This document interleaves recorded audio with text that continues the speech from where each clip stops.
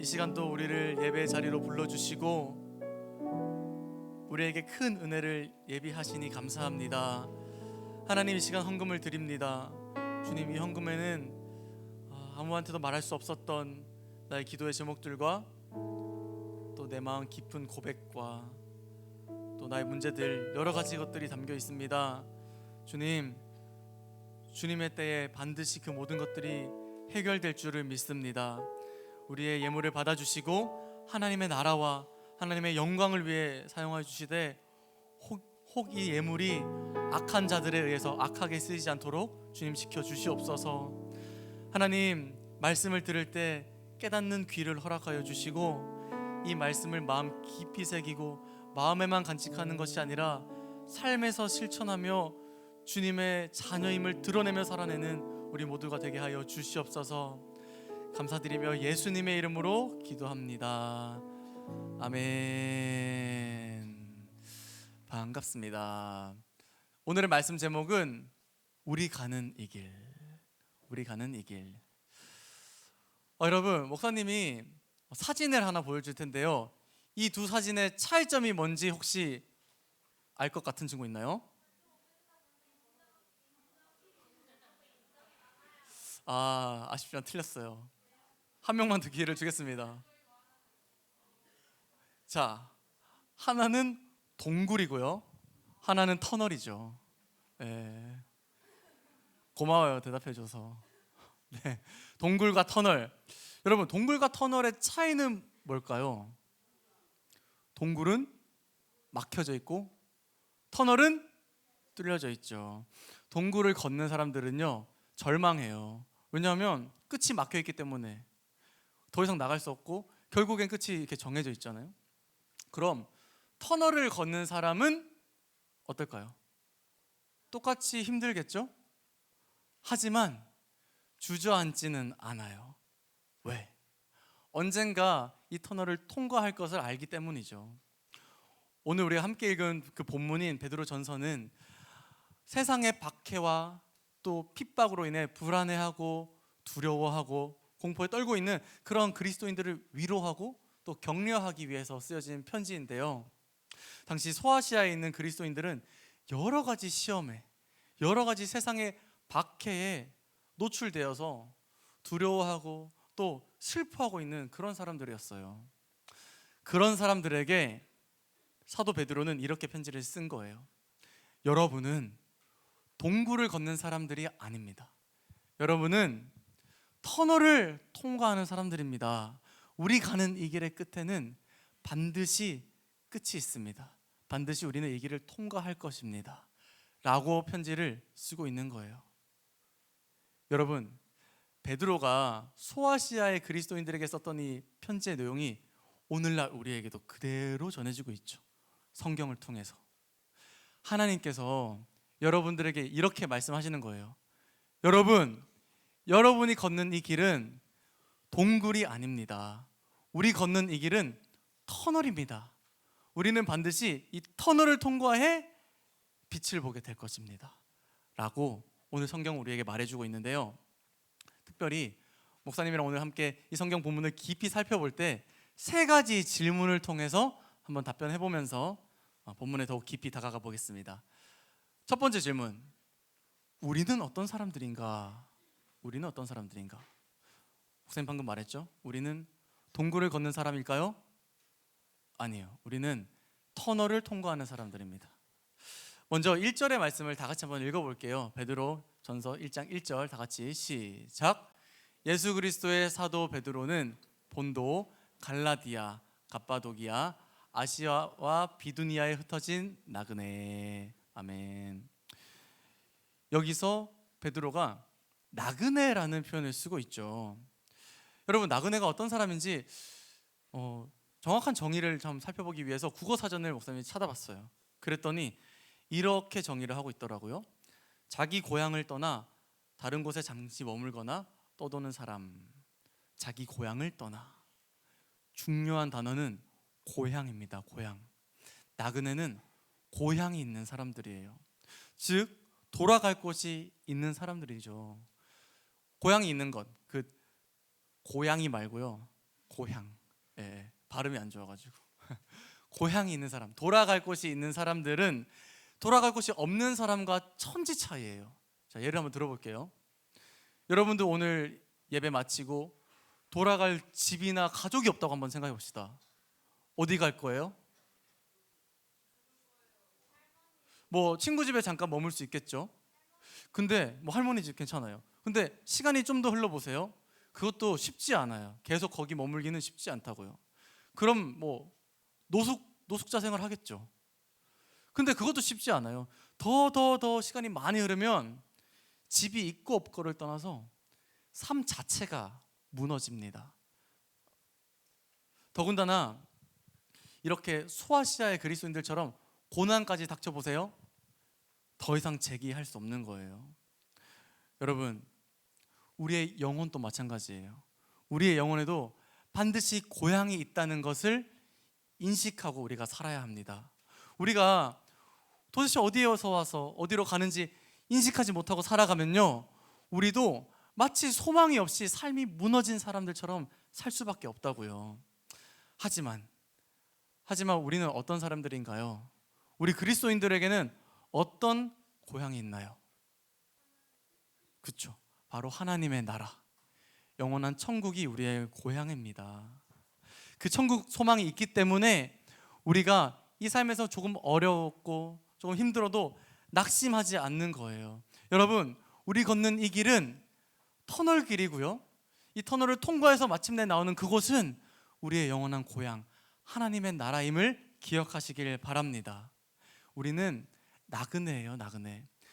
베드로가 이 소아시아에 흩어져서 사는 그리스도인들에게 여러분들은 나그네다라고 강조한 이유가 바로 이것입니다. 여러분들은 떠돌이 인생, 방랑자 인생, 그런 인생을 살아가는 사람이 아니라 반드시 돌아갈 고향이 있기에 힘을 내십시오 라고 권면하고 있는 거예요. 마찬가지입니다. 우리도요, 방랑자, 떠돌이 아니에요. 우리는 나그네입니다. 우리 돌아갈 길이 반드시 있고요, 그곳은 우리가 그토록 소망하는 천국이죠, 천국. 나그네라는 이 말을 영어 사전에 한번 찾아보니까요, 이렇게 번역하고 있더라고요. traveler, 여행자. 그러니까 우리가 여행자라는 거예요. 우리 이 세상을 여행하다가 결국 집으로 돌아갈 사람들이라는 거죠. 여러분, 여행 다 가봤죠? 여행 안 가봤어요? 여행 다 가봤을 거예요. 여행 가면 어때요? 마음이 두근두근하고 설레고 기분 좋고, 그렇죠? 우리가 이 삶을 대하는 태도가 그래야 된다는 거죠.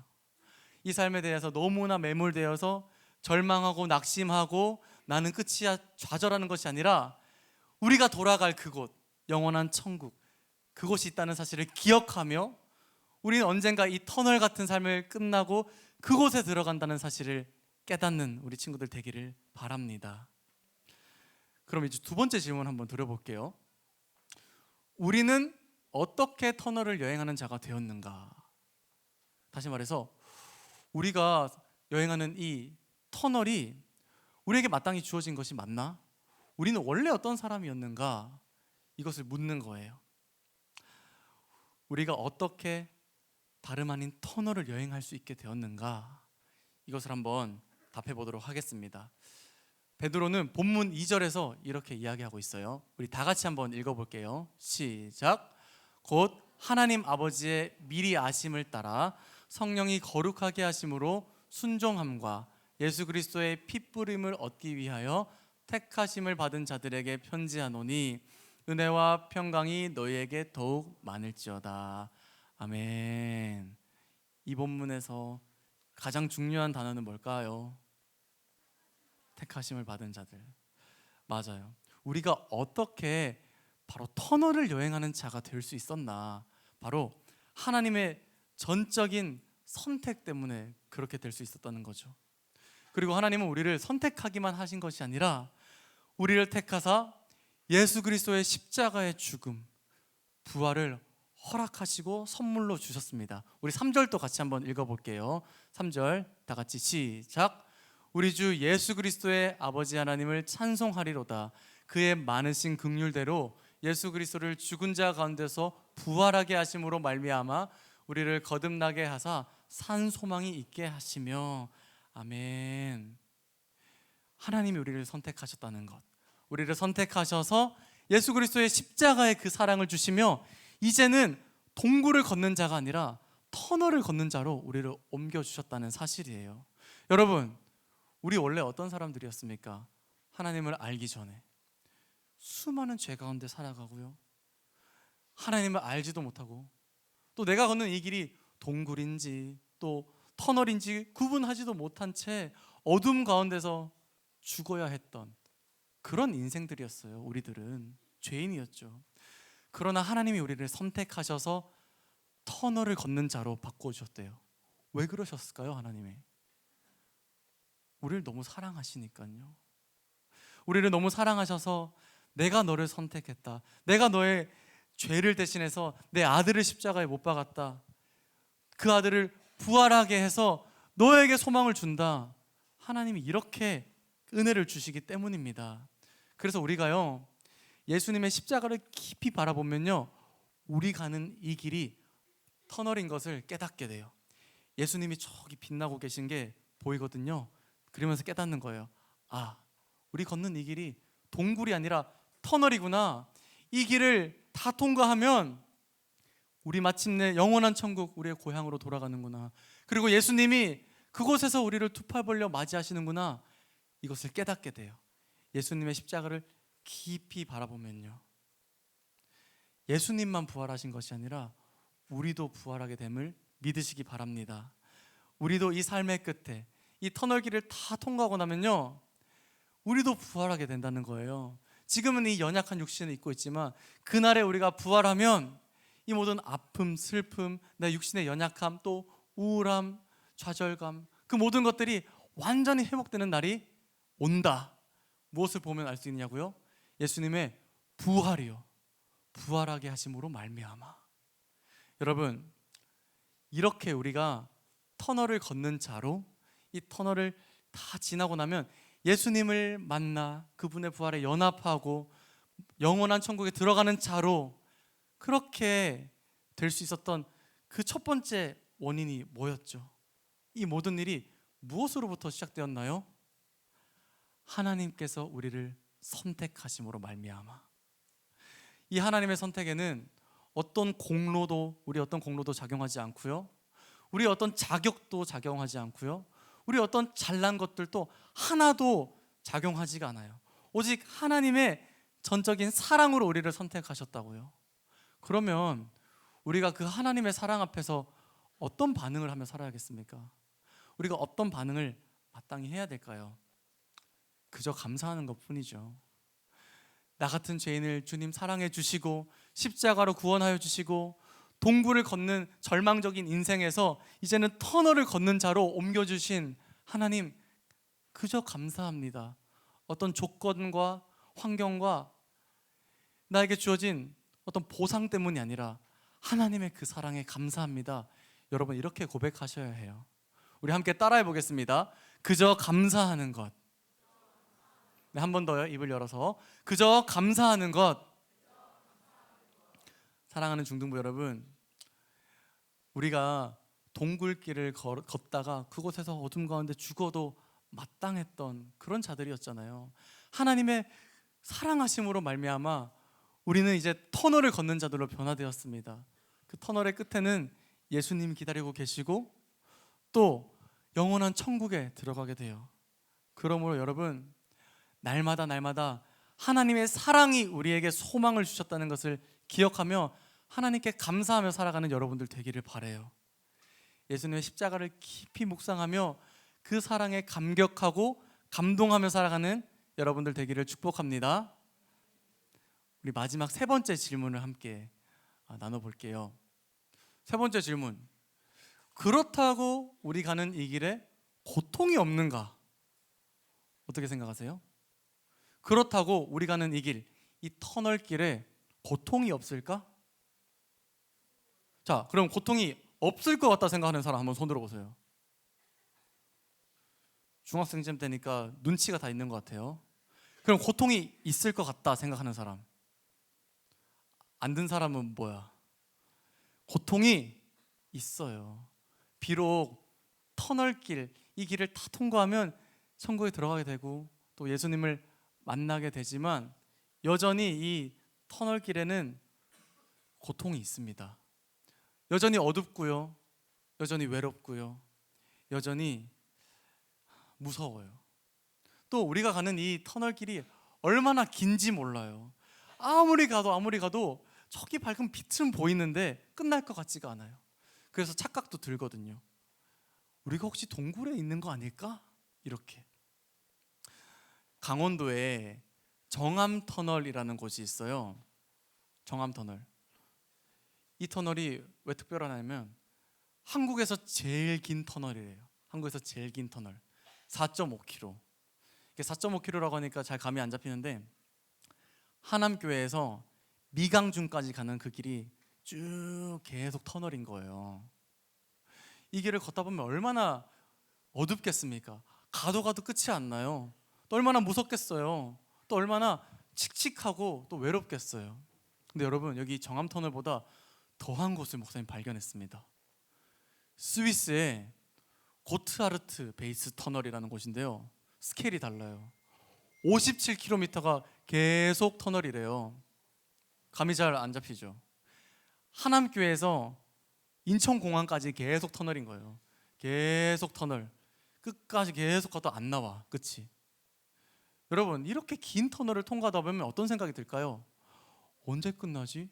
너무 외롭다, 너무 어둡다, 혹시 안 끝나는 거 아니야? 너무 무섭다. 우리 인생이라는 이 터널 길도 상당히 깁니다. 이 고타르트 베이스 터널보다 훨씬 더 길어요. 목사님이 하고 싶은 말은요, 우리 인생길이 그렇게 쉽지만은 않다는 거. 이 길의 끝을 향해 가는 이 인생의 여정이, 이 믿음의 여정이 어렵다는 거죠. 가다 보면요, 속상한 일 많아요. 가다 보면요, 어려운 일 많아요. 억울한 일 많아요. 화나는 일도 많아요. 이 길을 포기할까? 이런 생각이 들 때도 있을 겁니다. 그러나 여러분, 그렇다고 우리 이 길 포기할까요? 우리 걸어가는 이 믿음의 여정, 이 터널 길을 포기할까요? 아니요. 포기하지 말아야 하는 이유를 오늘 베드로가 이렇게 설명하고 있는데요, 5절, 6절, 7절을 목사님이 세 번역으로 한번 읽어줄게요. 목사님 한번 읽어주겠습니다. 하나님께서는 여러분의 믿음을 보시고 그 능력으로 여러분을 보호해 주시며 마지막 때에 나타나기로 되어 있는 구원을 얻게 해주십니다. 그러므로 여러분이 지금 잠시 동안 여러 가지 시련 속에서 어쩔 수 없이 슬픔을 당하게 되었다 하더라도 기뻐하십시오. 하나님께서는 여러분의 믿음을 단련하셔서 불로 단련하지만 결국 없어지고 마는 금보다 더 귀한 것이 되게 하시며 예수 그리스도께서 나타나실 때에 여러분에게 칭찬과 영광과 존귀를 얻게 해 주십니다. 아멘. 여러분, 우리가 가는 이 길, 이 터널길 힘들어요. 때로는 아프고 억울하고 화나는 일 많아요. 그럼에도 왜 우리가 포기하지 말아야 합니까? 우리가 왜 그럼에도 포기할 수 없습니까? 하나님께서 이 길 가운데 우리와 함께 하시기 때문에. 우리가 이 길을 신실하게 걸어가면요, 당장은 고난이 있고 당장은 아픔이 있겠지만 예수님이 다시 오시는 그날에, 그 부활의 날에, 영원한 천국에 들어가는 날에 예수님이 두 팔 벌리시며 고생했다, 잘했다 칭찬해 주실 것을 우리가 알기 때문이죠. 사랑하는 여러분, 우리 가는 이 길, 믿음의 길, 힘들어도 포기하지 맙시다. 포기하지 맙시다. 아멘. 하나님이 우리와 함께 하시기 때문에, 예수님이 이 터널길 끝에 손을 벌리시며 우리를 기다리고 계시기 때문에 우리는 힘을 낼 수 있는 거예요. 사랑하는 중등부 친구들, 이 믿음의 길에서 하나님이 우리를 지켜주심을 신뢰하시길 바라요. 부활의 소망, 천국 소망을 기억하면서 그곳에서 기다리실 예수님으로 인해 힘을 내시길 바랍니다. 우리 한번 이 믿음의 길을 당당하고 멋지게 걸어가 보는 것은 어떨까요? 특별히 목사님이 우리 친구들에게 응원을 해주고 싶어서 준비한 게 있는데요. 앞에 한번 보세요.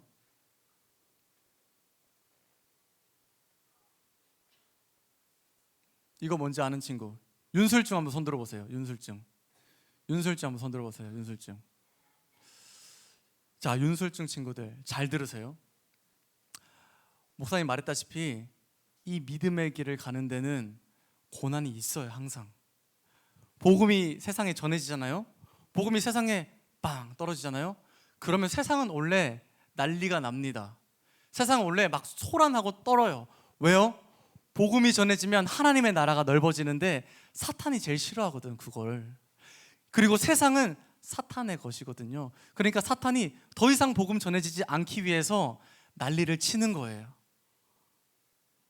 근데 이렇게 복음 때문에 우리가 고난을 당하고 또 어려움을 당했을 때 때로는 놀림도 당하고 조롱도 당해요. 우리 스스로 얼마나 미련하게 보이는지 몰라요. 그렇지만 여러분, 이런 세상이 주는 박해와 핍박 앞에 움츠러들지 마세요. 믿음으로 살아가면서 믿음으로 이 길을 걸으면 고난이 오는 거 당연하잖아요. 길고 긴 터널과 같은 이 길에서 이런 고난, 이런 아픔, 이런 박해 충분히 발생할 수 있습니다. 너무 놀라지 마세요. 발생할 수 있어요. 우리가 이런 박해와 환난과 고난과 억울함 이런 것들을 견디면서 힘내고 계속 이 믿음의 길을 걸어갈 수 있는 이유가 뭘까요? 이 길의 끝에 예수님이 손 벌리고 계시거든요. 고생했다, 잘했다, 너 믿음을 지켰구나 칭찬해 주신다는 사실. 사랑하는 여러분, 하나님이 우리와 함께 하시기에 박해 가운데 이 믿음의 길에서 발생하는 고난 가운데도 우리가 이겨낼 수 있는 것입니다. 여러분이 이것을 견뎌내고 이 고난 가운데 믿음을 지키고 살아가면요, 그날에 예수님이 우리를 칭찬해 주실 거예요. 우리의 흐르는 눈물을 닦아 주실 것입니다. 이 사실을 기억하며 믿음으로 살아가는 우리 친구들 되기를 바라요. 마지막으로 위러브의 찬양 중에 어두운 날 다 지나고 라는 찬양이 있는데요, 이 찬양의 후렴 가사가 딱 우리에게 알맞는 메시지를 전달하고 있는 것 같아서 오늘의 목사님의 한마디는 이 찬양의 가사로 대처하겠습니다. 한번 목사님이 불러볼게요. 우리 가는 이 길 세상이 미련하다 해도 우리는 주가 보여주신 그 한 소망이 있으니 어둠의 조각조차 그곳에 발들이지 못해 당신의 나라에 우리 영원히 거하네. 자, 우리 한 번 더 다 같이 불러볼게요. 시작. 우리 가는 이 길 세상이 미련해도 우리는 주가 보여주신 그 한 소망이 있으니 어둠의 조각조차 그곳에 발들이지 못해 당신의 나라에 우리 영원히 거하네. 여러분, 힘을 내세요. 이 길에 세상이 미련하다고 해도 우리에게 소망이 있잖아요. 우리 이 사실을 기억하며 믿음으로 이 길 끝까지 걸어가서 이 터널 끝까지 통과해내서 예수님 만나는 모두가 되기를 간절히 축복합니다.